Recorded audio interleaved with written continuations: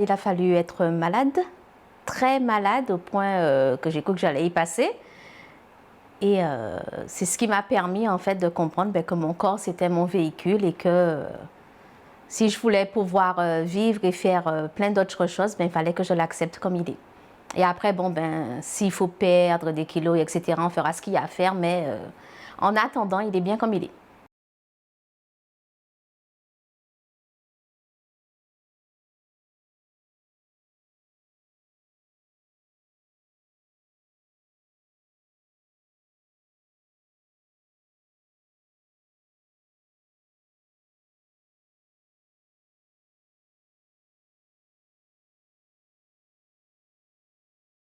Ben, tu vas faire comme quand tu es arrivé. Tu vas te lever et tu vas... Alors, gauche, droite, peu importe. D'accord. D'accord. Mais tu Ok. renverses rien. Et tu es naturel.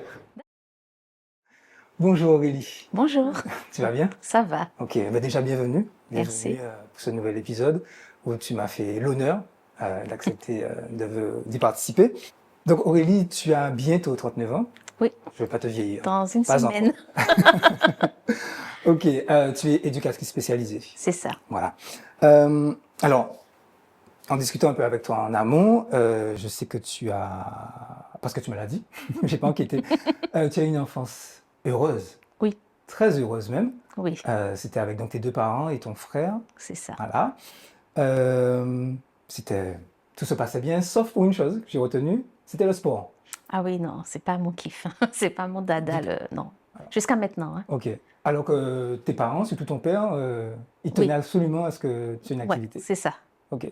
C'est Et ça. donc, ils te Jusqu'à poussaient. maintenant, hein. Jusqu'à maintenant, ils insistent. Jusqu'à maintenant. Ah oui, le sport, c'est bon pour la santé. Bon, ça, je le sais que Eh le oui. sport, c'est bon pour la santé.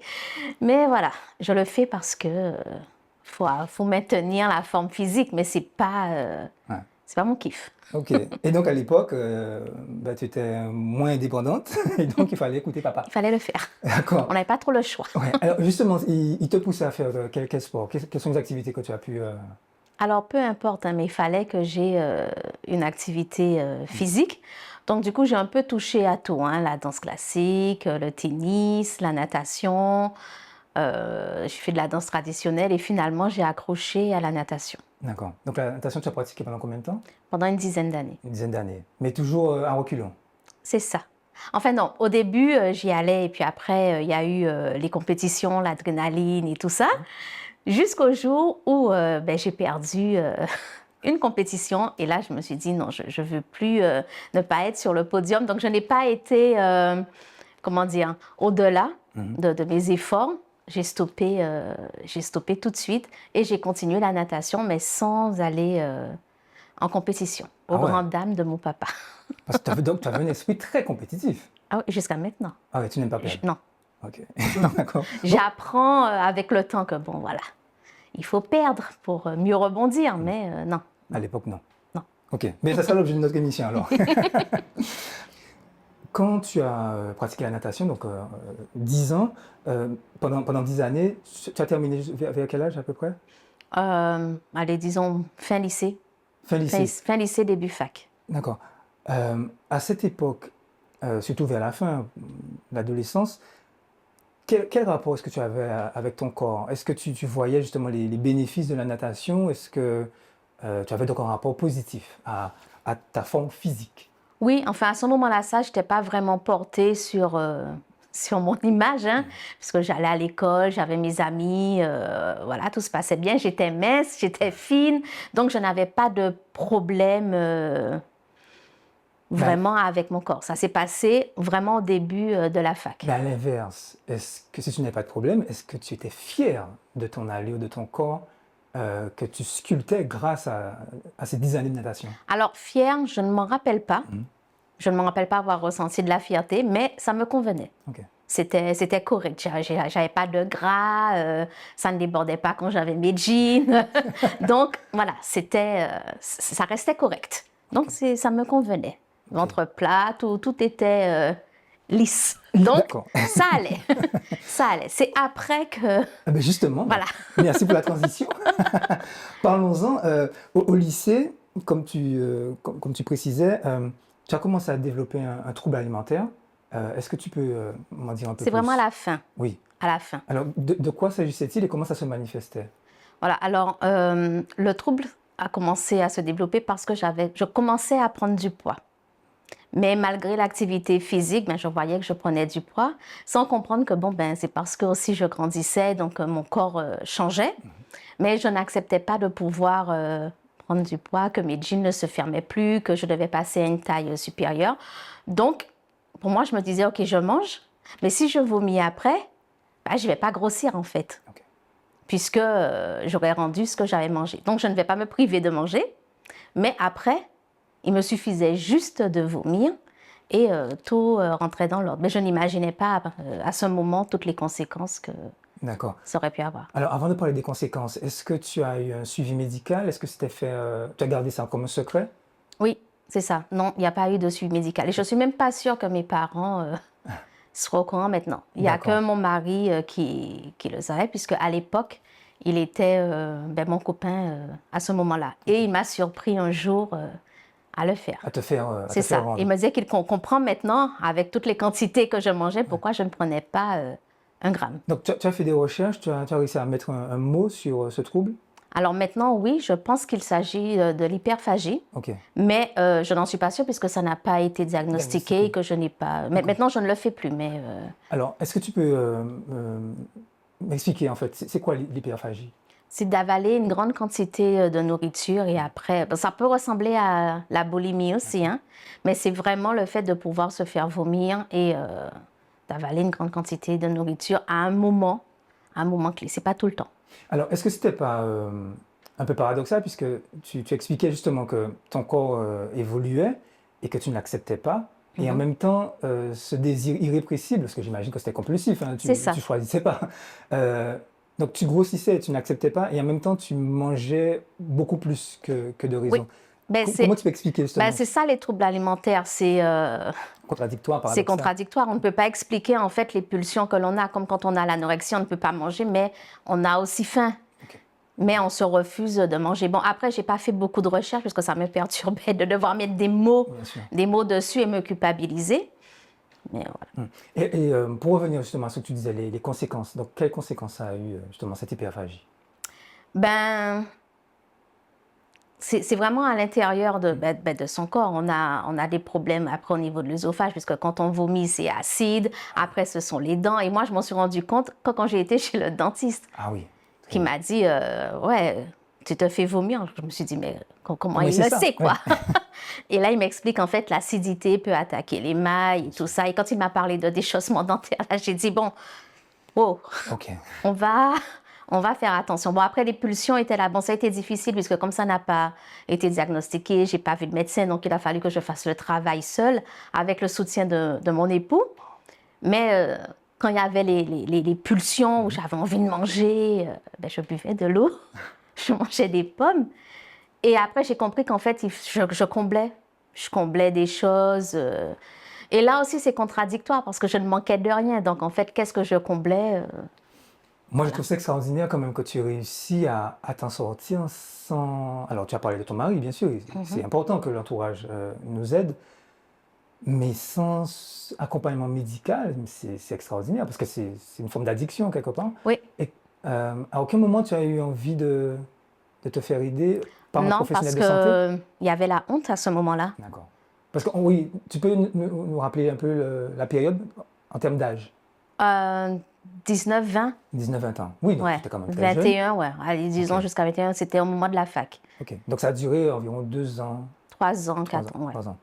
Et comme tu disais, donc la honte, ça t'a empêché C'est ça. d'aller Parce que je consulter. me suis dit, voilà, j'ai pas de problème. Puis qu'est-ce que mes parents vont dire? Ils vont pas être contents, ils vont être déçus. Non, Ok. non. Si ça a pu arriver, enfin, si c'est venu, ça peut partir comme c'est venu. Bon, après, il m'a fallu des années vraiment hein, pour pouvoir calmer les pulsions. Et au niveau de ton corps, pendant cette période, donc tu disais que tu mangeais beaucoup plus, mais que tu te faisais rendre. C'est ça. Alors tu as parlé des conséquences médicales. Et au niveau de ta silhouette, est-ce que tu restais au même poids ou tu Quand maigrissais je ou me tu faisais grossissais? vomir, Cette période-là où tu mangeais plus et que tu te faisais... ah oui, je restais Ah, tu au même restais stade. pareil, au même Voilà. stade. Bon, j'ai pris un peu de poids parce qu'à ce moment-là, ça, je prenais la pilule. Donc, forcément, avec Les les hormones, hormones, ça se modifiait. bien sûr. Mais c'était pas catastrophique, hein. J'arrivais, je gardais encore la même taille. C'était pareil. Voilà, je maîtrisais. Et je pense que c'est ça. En fait, j'avais le contrôle sur quelque chose. J'avais le contrôle sur ce poids, j'avais le contrôle sur mon corps et je ne voulais pas qu'il change parce que je me disais, bon, j'avais 21 ans, si je grossis trop, ben, peut-être que mon copain va plus me regarder, voilà. Ok. Et au niveau de l'acceptation de ton image, à l'époque, est-ce que c'était plus acceptable euh, ou tu n'aimais toujours pas ton corps? Ah non, là, je l'aimais. Bon, j'avais 20 ans, 21 ans. On est vraiment dans le truc, enfin, dans la période où là, on s'habille, on fait attention, on sort. Bon, on sort bien avant. Mais bon, moi, c'était vraiment à ce moment-là où, bon, j'avais plus de liberté. J'étais plus chez maman et papa. Donc, voilà, je faisais beaucoup plus attention à mon image. Et tu Donc, assumais. c'était important pour Ok. moi de ne pas grossir. Alors maintenant, Aurélie, je te demande un petit exercice. C'est de te regarder. Tu m'oublies. Et ce corps, justement, dont on parlait quand tu avais donc 19-21 ans, maintenant à un peu moins de 39 ans, dis-moi ce que tu vois et surtout, ouais, dis-moi ce que tu vois et ce que tu en penses. Ben là, aujourd'hui, je me trouve bien. Ok. Déjà, Voilà. qu'est-ce que tu vois? Ben, je vois une belle femme, fraîche, souriante, voilà. C'est non, aujourd'hui, j'aime mon corps comme il est. Bon, c'est vrai que si je peux perdre 2-3 kilos, ça serait super. Mais non, aujourd'hui, ça ne me dérange plus. Cette femme que tu vois aujourd'hui et que tu trouves belle, souriante, fraîche, euh, ça fait combien de temps que tu as appris à l'aimer?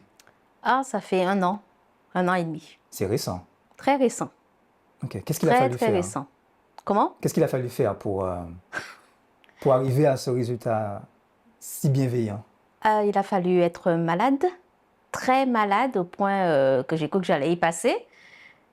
Et c'est ce qui m'a permis, en fait, de comprendre ben, que mon corps, c'était mon véhicule et que si je voulais pouvoir vivre et faire plein d'autres choses, ben, il fallait que je l'accepte comme il est.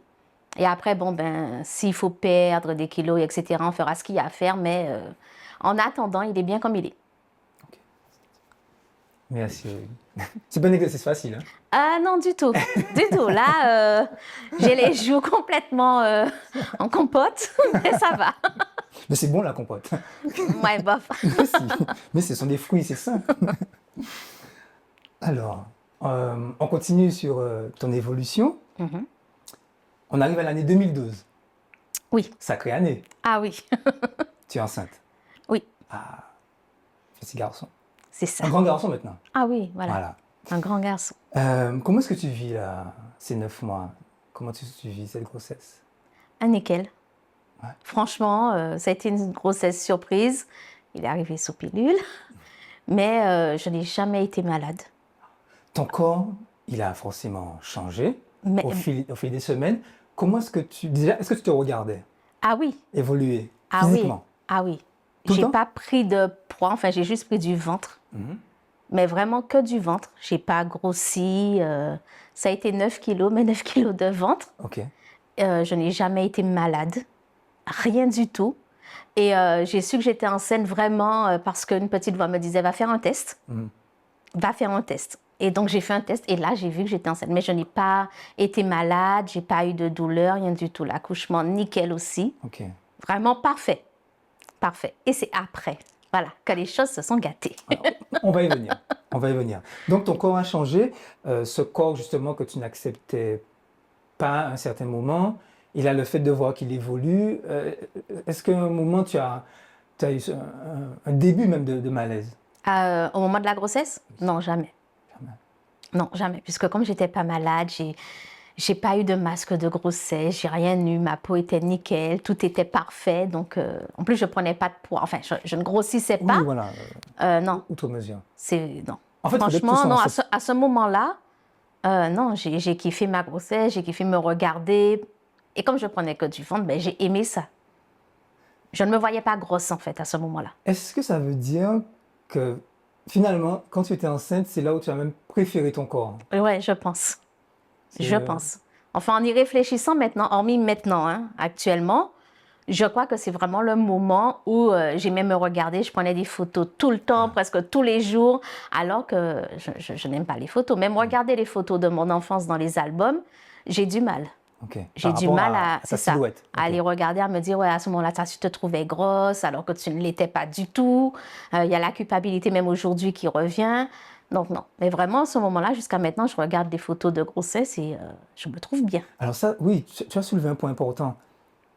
Tu te trouvais grosse alors que tu ne l'étais pas. C'est ça. Donc c'était uniquement dans ta tête? Ou alors tu avais des Je remarques des pense, autres? non, mais jamais. Bon, maintenant, oui. Aujourd'hui, Non, bon, non, je parle de... avant, non. Ouais. Non, Il n'y avait pas de moquerie sur ton non, poids et tout. non. Donc c'était vraiment une sorte Moi, je de... me trouvais grosse. Ok. Du moment que mon pantalon ne se fermait plus, que ma jupe ne rentrait plus, Pour toi, c'était... alors que c'est normal, hein. Bon, ben, on grandit, le corps évolue, Bien on sûr. vieillit, c'est normal. Mais dès lors que ça ne se fermait pas, Ok. ça devenait problématique. C'est bon, j'ai grossi, je vais devenir grosse. D'accord. Puisque vraiment à l'époque, enfin, quand j'étais plus jeune, la société voilà, ne tolérait pas beaucoup quand tu étais en surpoids. Ce qui n'était pas ton cas en plus. Non, du tout. Alors là, non. Ok. J'étais loin. D'accord. Donc je te trouvais belle. Et belle au point que tu as voulu ben, renouveler l'expérience C'est ça. d'avoir un enfant. Mais cette fois-ci, tu vas nous raconter, ça a été un peu plus compliqué. Oui. Comment tu t'en es rendu compte avec ton mari? Ben, on s'est rendu compte vers 4 ans, enfin, quand mon fils avait 4 ans et demi, on s'est rendu compte que, bon, ben voilà, ben, on n'a pas eu d'autres enfants entre-temps alors que je n'avais pas de contraception. On fait tout ce qu'il faut, On fait tout ce qu'il faut, mais... ben, y a pas d'autre. Ok. Bon, on n'était pas focus hein, sur le fait d'avoir un deuxième enfant à ce moment-là, mais on s'est quand même rendu compte qu'après 4 ans et demi, on n'a pas réussi à avoir un autre. Et généralement, on dit que quand on est en couple, après 1 an, on est considéré comme infertile. Or, pour moi, je ne peux pas l'être puisque j'ai eu un enfant en plus sous pilule. Donc, non, ça ne colle pas. Et donc, effectivement, quand on a vu les médecins, on nous a confirmé qu'il y avait une infertilité inexpliquée puisqu'on a déjà eu un enfant. Et là, ben, vraiment, je me suis dit, qu'est-ce qui se passe? Pourquoi mon corps ne veut plus avoir d'autres enfants? Est-ce que c'est parce que j'ai pris du poids après la grossesse? Pourquoi? Donc, à partir de ce moment-là, j'en ai voulu à mon corps. Alors c'est exactement la question que je vais te poser, parce que malheureusement, c'est très souvent le cas dans les situations d'infertilité, cette culpabilité que, que moi j'entends souvent chez les femmes, alors que ça peut venir de nous. Oui. Là, ça a été malheureusement également ton cas. Tu t'es dit, c'est moi la responsable. Ben oui, puisque le problème venait de moi. Oui. Le problème venait de moi. En fait, le médecin aussi n'a pas été dans la bienveillance, puisque c'est, voilà, tu as pris du poids, tu as grossi. Donc, comme tu as grossi, ben, tu as des ovaires polykystiques. Et en fait, c'est ça qui fait que tu ne peux pas ovuler correctement. Donc, en fait, il faut que tu maigrisses. Tant que tu ne maigris pas... Ok. Il a été aussi délicat que ça? Oui. Ah oui, d'accord. C'est un médecin? Oui, c'est un gynécologue. D'accord, très bien. Voilà.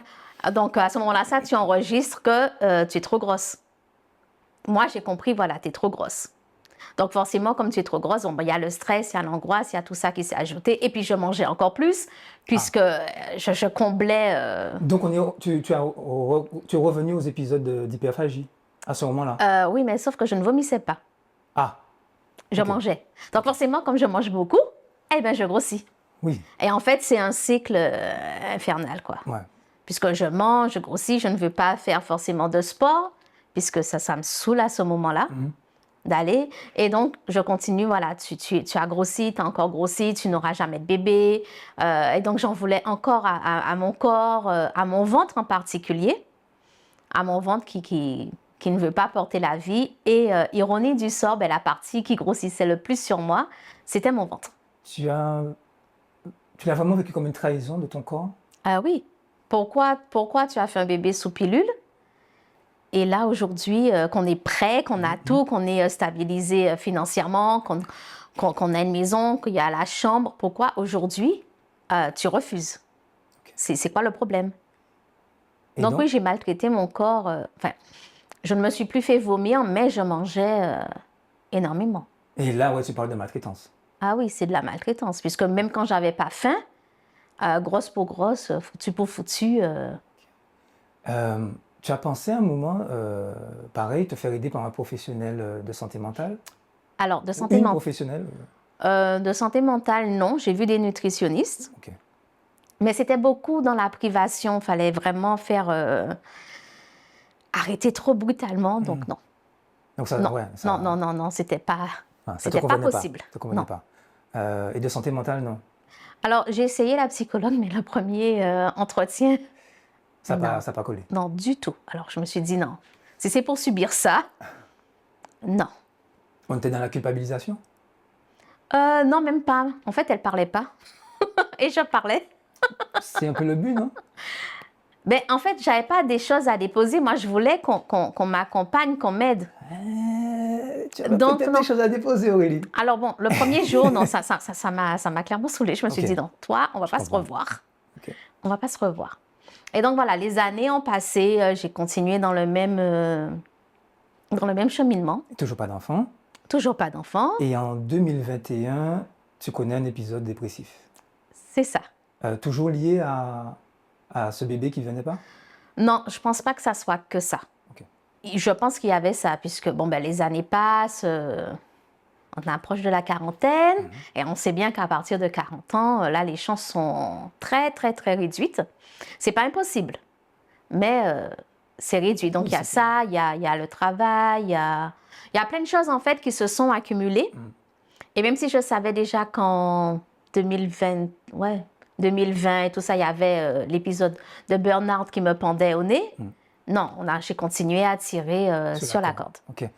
Et malheureusement, je crois que c'est à cette période-là que tu as eu l'annonce de la maladie, C'est ça, enfin après le burn-out. après le burn-out. Est-ce que tu peux en parler un peu? Parce que c'est une maladie qui n'est pas commune. Non, pas encore. Oui.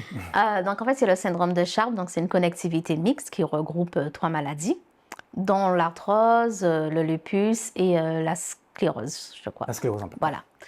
Et donc moi, c'est vraiment l'arthrose à ce moment-là qui s'est manifestée. Donc j'avais des douleurs énormes.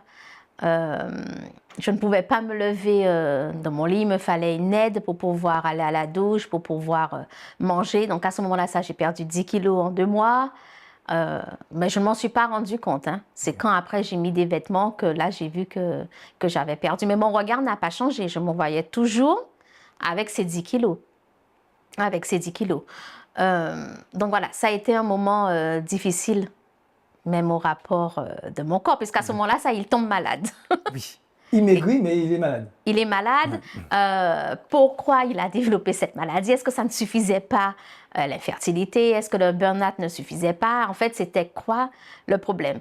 Et c'est vraiment cette maladie-là, je dirais, et la dépression qui m'ont sauvée.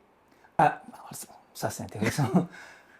Comment est-ce qu'une réconciliation a été possible avec ton corps quand il t'a fait subir autant d'épreuves? Ben, parce que je ne voulais pas mourir. Ok. Déjà, il y avait un danger mortel. Si je me laissais aller en maigrissant, ne mangeant plus, en ne soignant pas les douleurs, puisque j'arrivais pas à fermer mes mains, j'arrivais pas à poser le pied par terre, je ne voulais pas. Il n'y avait pas de danger mortel, mais je pense qu'en se laissant, Fatalement, oui. Ben oui, au bout d'un moment, ça aurait pu être plus grave. Donc je ne voulais pas. Okay. Et là, il a fallu rassembler les forces qu'il y avait et se mettre debout. Comment est-ce que tu as pu rassembler les forces, justement, pour te réconcilier avec ton corps? Grâce à ma famille, encore une fois, grâce à eux, parce que mon fils m'a dit, je veux pas que tu meurs. Donc voilà, là, il faut mobiliser le mental, il faut mobiliser le corps, se dire, OK, tu souffres, mais on va soigner ça. Donc ça a été vraiment étape par étape. Je n'ai toujours pas vu de professionnel pour ma santé mentale. Hein. Mais là, j'ai vu tous les professionnels de santé. Là, si on me parle de médicaments, on me parle de trucs, je comprendrai le langage. Hein. C'est bon. Donc, j'ai vu tous les professionnels qu'il y avait à voir, petit à petit, pour pouvoir reprendre possession de mon corps. Alors, quelles ont été justement ces différentes étapes pour t'en sortir? Il y a eu un bilan de santé, donc j'ai dû être hospitalisée.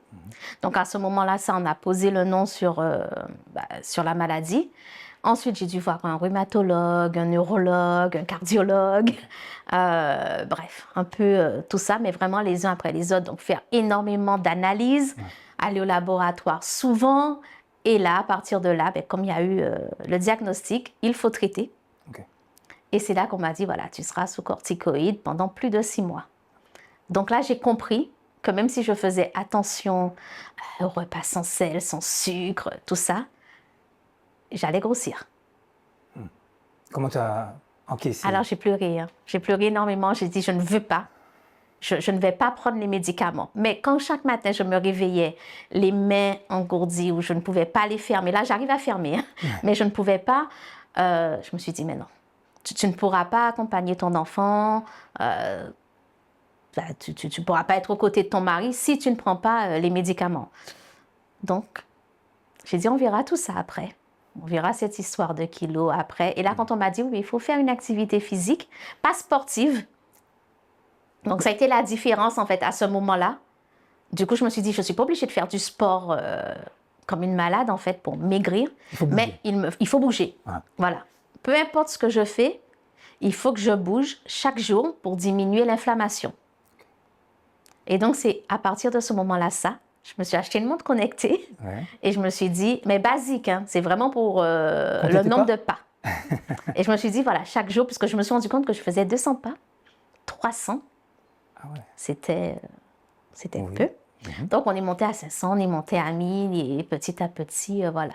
Alors, je n'ai toujours pas perdu de poids, mais aujourd'hui, il y a vraiment des choses plus saines qui se sont mises en place. Mais déjà là, je sens que ça va bien. Je ne me vois plus grosse. Okay. Bon, c'est vrai que ça m'énerve quand je vais acheter un vêtement et que je vois que c'est du 42 ou du 44, mais non. Okay. Aujourd'hui, il y a des beaux vêtements dans cette taille-là, donc ça ne me dérange pas. En activité physique alors, tu marches, c'est ça? C'est ça. Régulièrement? Oui. Ben oui. C'est vraiment ce que j'ai trouvé pour l'instant qui me plaît. Ok. Et je vais en salle, mais je ne vais pas encore dans la partie muscu et tout. C'est du tapis, du vélo, ce que je ne peux pas faire quand je vais marcher. D'accord. Tous les jours? Non, pas tous les jours. Alors la marche, j'en fais pas tous les jours, mais je bouge. Hein. Tu bouges, d'accord. Ouais, il faut qu'au moins sur ma montre, j'ai le nombre de pas que je me suis fixé. Ok. Et tu te sens déjà mieux? Oui. Non, oui. Ça, c'est important. Comment est-ce que tu envisages l'avenir, le corps vieillissant d'Aurélie? Comment est-ce que idéalement, ce serait quoi? Honnêtement, je ne sais pas. Je n'ai pas encore pensé à ça. À bientôt 40 ans. Oh mon Dieu. Ça fait peur? Ah oui. La bascule? Ah oui, je me dis, c'est bon là, on passe dans le côté Mais il paraît que c'est des vieux. C'est vrai. J'ai toujours eu peur des 40 ans. C'est vrai?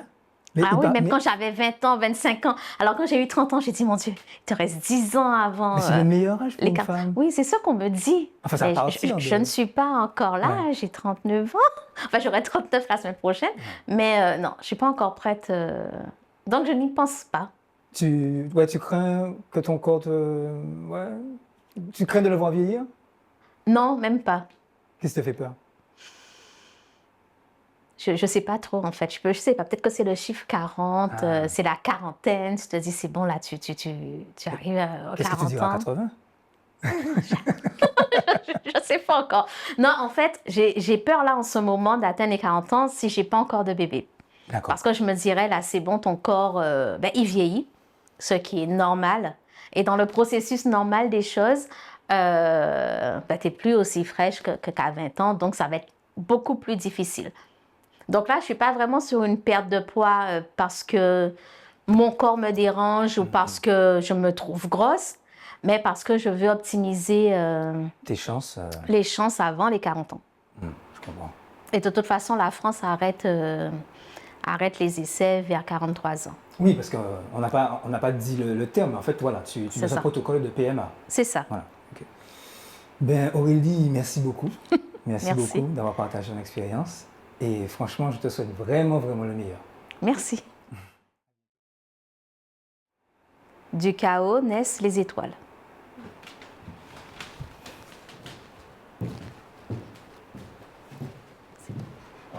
Merci Aurélie. Ça a été vite. C'était c'était cool? Ouais, C'était détendu? ça a été vite, ouais, j'ai trouvé. Ok. Ben vite. Ouais, on a fait, je sais pas compter, mais ouais, 25, enfin une petite demi-heure, à peu près.